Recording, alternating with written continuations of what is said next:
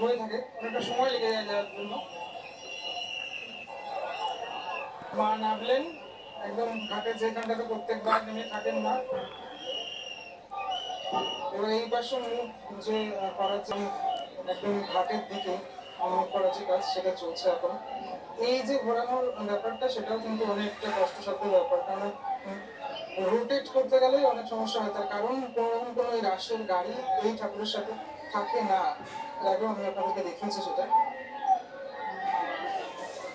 মায়ের বিভিন্ন অস্ত্রগুলোকে তুলে নেওয়া হচ্ছে এখন। এগুলো যেহেতু পার্মানেন্ট থাকে, আবারও একটা বছর পর এই অস্ত্রগুলোকেই দেওয়া হয়, সেচে ওঠেন মা। সেগুলো খোলার যে কাজ, সেটা শুরু হয়ে গেল। আর এখানে বাজনা বাজানো, সেটা কিন্তু রেগুলার চলতে থাকবে। সাজ খোলার পরে, এখানে গয়না খোলার পরে এখন সকলে একসাথে ছবি তুলছেন। প্রায় 5টা বাজতে যায়। এই বছরের জন্য শেষবার ছবি তোলা, আবার একটা বছরের অপেক্ষা করতে হবে।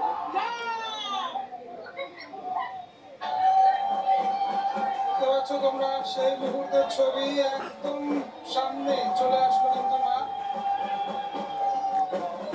এবারে পিছনের যে বাঁশটা, সে বাঁশটা কাটা হবে। এখন কিন্তু হেলে রয়েছে, এবং কিভাবে মানুষের ভিড়, একদম শেষ সেই মুহূর্তে এবছর 2025-এর এই গৌরাঙ্গিনী মাতা নবদ্বীপের রানীমা, রানীমায়ের বিসর্জন, সে বিসর্জন তোমাদেরকে দেখানোর চেষ্টা করছি এই ভিডিওর মধ্যে।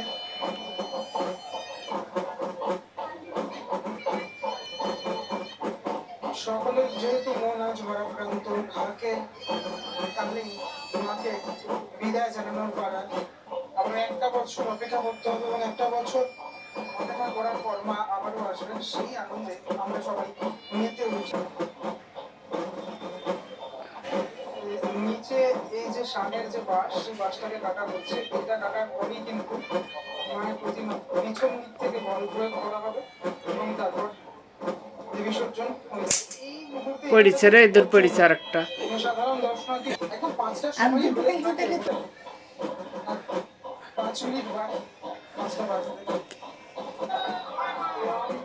একদম সেই ক্ষণ আপনাদেরকে দেখানোর চেষ্টা করছি।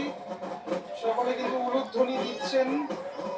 সমস্ত বাঁশ প্রায় কাটা হয়ে গেছে, এবং মায়ের প্রতিমা অনেকটাই ঝুঁকে গেছে এই ঘাটের দিকে। শেষবার স্লোগান, ধীরে ধীরে ধীরে ধীরে এই বিসর্জন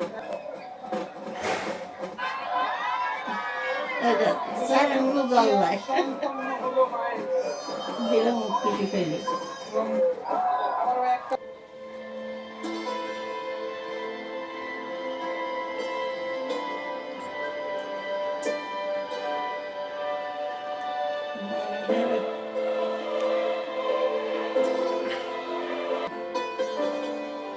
Это